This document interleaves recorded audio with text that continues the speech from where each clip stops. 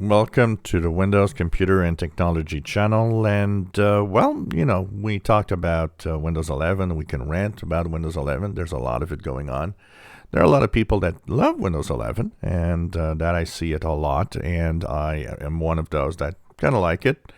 And of course, in the case of Windows 11, the rant is maybe a little more directed at something else, the minimum requirements, which I think made a lot of people angry. But overall, think about it over time. We get these surveys that say, the best or the most loved Windows version was this or that. We know that, for example, Windows XP was one of those Windows operating systems that truly was one of the most loved Windows. Windows 7 is probably up there, very close. But what people don't see most of the time is that every single new version of Windows is hated at the beginning. I'll go back again as a tech guy. When I started, the main PCs that I would go and fix had Windows 98 back in the day. That was the main version. And Windows 98 was followed by Windows ME or Windows Millennium, which was dreadfully buggy and a hell of a problem. Of course, that was hated for a different reason, because the system itself was rather the same thing. It's just that it was not well implemented and very buggy.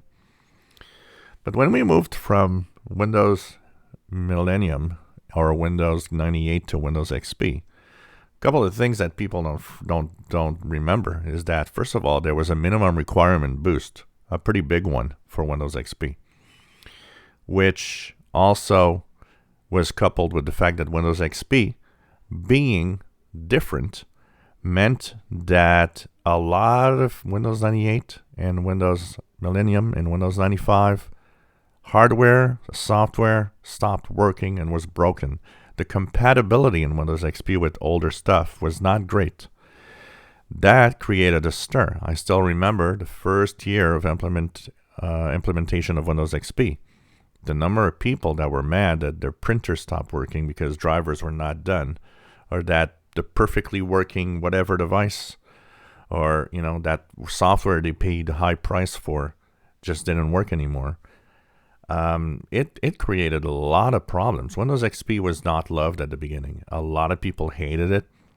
And that was the thing about Windows XP. Then you go to Windows Vista, and of course Windows Vista was hated.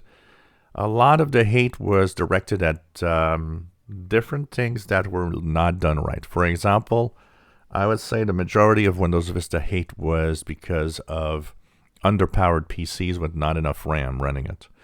That is the first complaint probably I would say about Windows Vista. Too many computers were sold with not enough resource to really run it well. So you got a rant of that. You got a rant, of course, because Windows Vista also changed a few things that meant some Windows XP stuff didn't work. Let's face it, Windows 7 is Windows Vista. For those that think Windows 7 is that great operating system and Vista was so bad, it's Vista. The underlying code and the way it is Windows Vista, nothing more.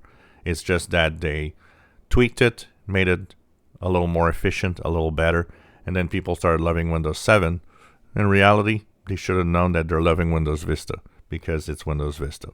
Probably the way it should have been at the beginning. Windows 7 was hated too. Windows 7 was not one of those systems that people got into and it's like, oh, this is fun and this is great. Especially since the majority of Windows 7 users came from Windows XP. So that big jump in time in system meant, once again, a lot of hardware not working, a lot of stuff not working.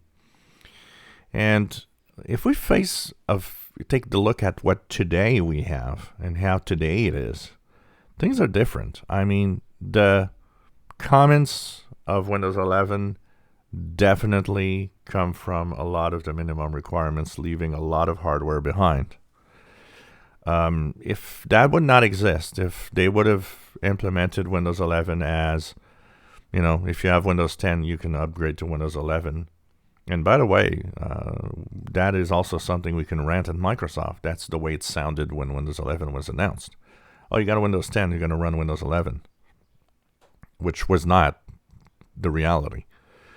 So that rant comes at the hardware minimum requirement, because if there would not be such a minimum requirement, if Windows 11 would accept all PCs running Windows 10, which it could technically, I'm not sure there would be that much of a rant into the fact that the Windows 11 is here.